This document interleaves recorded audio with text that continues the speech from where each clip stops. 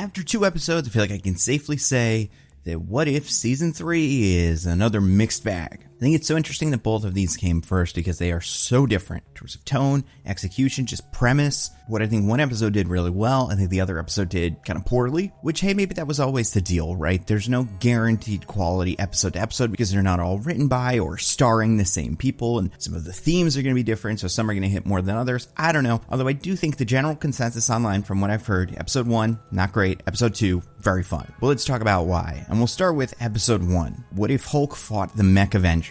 Now, the basic premise for this episode is a little bit complicated because while the theme is very clear, the actual how they do the what if is what if Bruce Banner met Sam Wilson and Sam Wilson counseled Bruce Banner, and apparently that counseling went not necessarily poorly, I guess, but went in a direction you would not expect. It ended with Banner doing a new experiment to try to destroy the Hulk, which just ended up splitting the Hulk into 2 Hulks. One was the regular Hulk and one was the big evil dinosaur Hulk that we call the Apex. Then the regular Avengers, obviously not counting original Hulk, who just sort of disappeared, fought the Apex and the monster guys that he made. They won, but they all died. And they all made big mechs because they were fighting a big giant monster, which I think is an interesting idea in theory. It does feel a little weird that some of these characters are using mechs as opposed to just being characters, and I understand that that's the conceit of this one, is just get them all in mechs. But I wish there was sort of more of a reason why some of them had to be in mechs, because it seems like some characters, like Monica Rambeau, who we'll have a mech later, never got superpowers, which makes sense because if the Avengers didn't form and fight in Sokovia, there wouldn't be Scarlet Witch and there wouldn't be Hex Magic, so she would just be an astronaut. Makes sense she would be on this team. Then there are characters like Moon Knight, who, yeah, he has superpowers, but how useful is he at fighting a big giant monster? Probably want to put him in a mech. I only bring this up because we have 2 characters that get mechs. Thor has, on more than a couple of occasions, fought big monster guys. And I understand the idea that maybe in these circumstances it just makes sense to have him have a mech too. Shang-Chi, and a version of Shang-Chi in this universe that is important enough to be a mech pilot, so you'd have to assume has the 10 rings, and his mech kind of uses 10 rings, even though it doesn't have 10 rings. He is one of the only characters in the Marvel Cinematic Universe who has fought a big giant monster before and killed it with his weapon. So it does feel a little dumb that he's there. It's a good excuse to get characters like Shang-Chi and Moon Knight involved in these stories, get them more exposure, make them feel like they're part of the team. But I think why it's a problem is that a lot of ideas in this episode felt like they had promise. Why does Shang-Chi need a mech? Why did the Avengers make mechs to fight these monsters? What is it like when the mechs fight? Did every country get one? How are they different? Unfortunately, it feels like this episode either wasn't really interested in doing that, or had to work under a really strict time limit, or just didn't have the budget to explore all of that. And I only mention budget because the episode starts with this cheesy TV show intro that's supposed to look like an old, Voltron or one of those shows. And I think that works. I think that's fine. Then later, when the Watcher is telling us more history, we're also just getting a slideshow of the Avengers fighting these monsters. And because the episode started with that intro, you're kind of like, okay, but everything from here is going to be mechs. But then when the Watcher's explaining the past, and he doesn't do this with everything,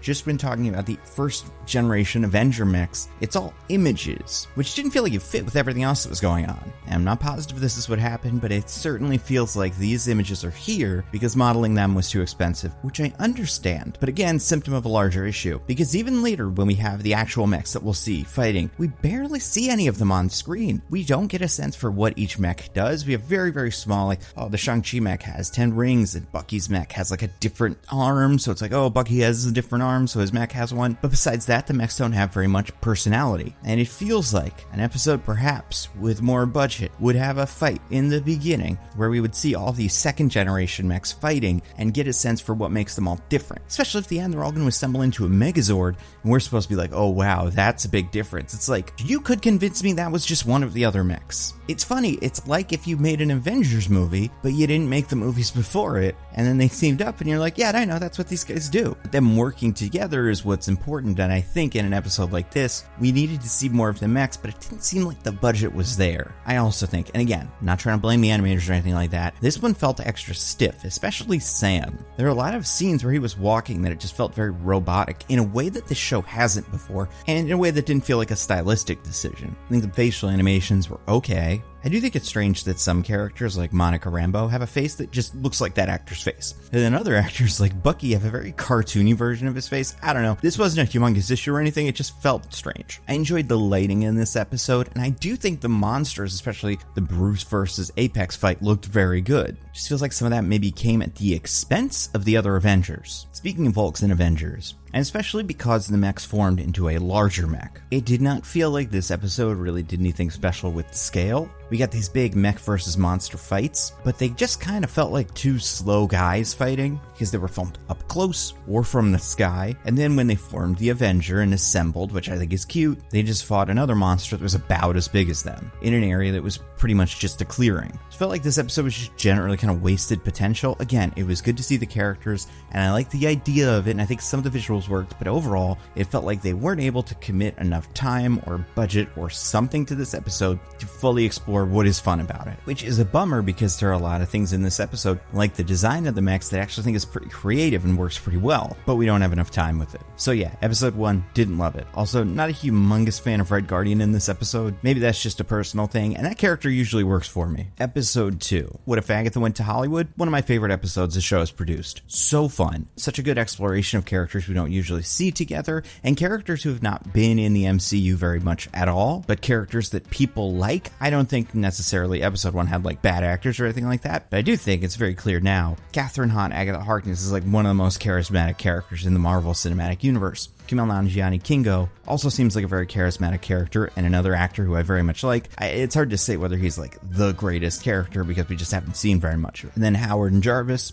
very fun. Honestly, as someone who this usually isn't a problem with, I did find Howard a little hard to understand just because he was moving so quickly, but that was the point, and I never felt like I was completely lost. But just overall, taking two characters that have lived very long lives and saying what if they bumped into each other at an earlier point, it's very smart. There's a couple of characters that are like that and a couple of concepts that are like that. I would love to see more of those in the future. I mean, this is the last season of What If, but like that is what I think a good What If can be. It's just what if these two characters met. Also taking two characters from different spheres of the universe. So the Eternals, which are, like Kingo says, alien robots, and Agatha, a pure magical character. That's interesting because who's going to win in a fight? What does the other one think the other one is? And I think that everything that happened in this episode fits very snugly with those characters' motivations. Agatha wants power. She does somewhat want to protect people. She has a kind of altruistic nature, but in general, she just wants to gain power. If she found out that Tiamat existed, she would go after it. And then Kingo likes being cool and famous, but also is an Eternal and believes he has a duty to protect the Eternals and Tiamat. Although I am a little confused. I guess in this universe, they kind of found out the Eternals thing earlier. From what I remember in the movie Eternals, at least Cersei was not on board with what the plan was until very late in the game. I'm not sure when Kingo got that information. I guess at the very end, he becomes the Prime Eternal and kind of defaults to the leader. And at that point, I guess Harisham told him, I don't know. But either way, it's fine. It's just a little thing that I was wondering. I thought the dancing was fun, if not a little stiff, but that's something that's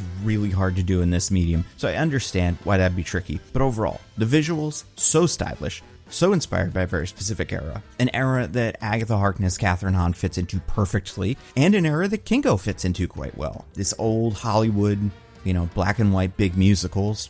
Also Marvel. It's nice that you guys got in on that joke about, there's so many reshoots and it's almost a different movie. Interesting that the next movie coming out of this studio is the one that has all those reshoots, but that feels like just maybe more of a general joke that could be made about a lot of movies. It just, timing's a little weird. And then I loved how this episode goes wild. It's not just Agatha versus Kingo. Agatha takes Kingo's power and uses it to fight a Celestial. Like when the Celestial comes in, you're like, oh, this is important now. And then Agatha just punches him. And it's like, oh no, this is something else. It's an excuse to have fun. Also really like the design of this version of Agatha. Just overall, I think it was great. It was a solid premise built around fun actors playing charismatic characters. Unlike the last episode, it never felt like it was holding back, like anything was left on the table. So overall, I think the show is in a fine place. Got some of the more interesting episodes coming up. I'm expecting Red Guardian to be pretty safe. That'll probably be a good one. No idea what to expect from Howard the Duck. And because he's released on Christmas, I'm not sure when I'll make the next one of these, but so far, we're 2 episodes in. I'd say we're 1 for 2, and shock, shock, surprise, surprise, what Marvel should maybe learn from this? Put more Agatha Harkness and stuff.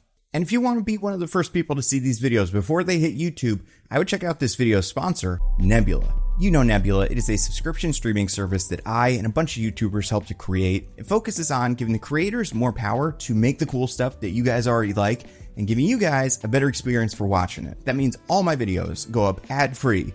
Some of them are early. The Nando V Movies videos are early. The Nando Cut videos are like a little early, but they're not as early because they're like a thing that happened yesterday usually. We curate different video lists based on what people are talking about. So if you're watching that new Dune show, for example, and you want to watch some videos about Dune, we've got a bunch of those. We make that really easy to find. You can just watch that. We also have Nebula Originals. So these are all kinds of things. We've got like a pro shoot of a play by Abigail Thorne. Patrick Willems has made a Christmas special. His full-length feature film about an evil coconut. He's got a new short film coming out with a cast full of actors like Zach Cherry, who fans of this channel, I mean, you know him from so many things. Perhaps he has been in Severance. You love Severance, Fallout. But I mean, realistically, a good portion of you know him as the guy who tells Spider-Man to do a flip, or the guy who was taping the Shang-Chi fight. But either way, he is in this. And that is something you can only watch on Nebula. Tom Nichols just made a documentary about gerontocracy, about how boomers have changed the world and government, and is it good, or is it even really a thing? A subject that has only gotten more relevant since this documentary came out. We have so many other cool things I think you guys are going to love. You'll find out about them soon. And I always say, a year of Nebula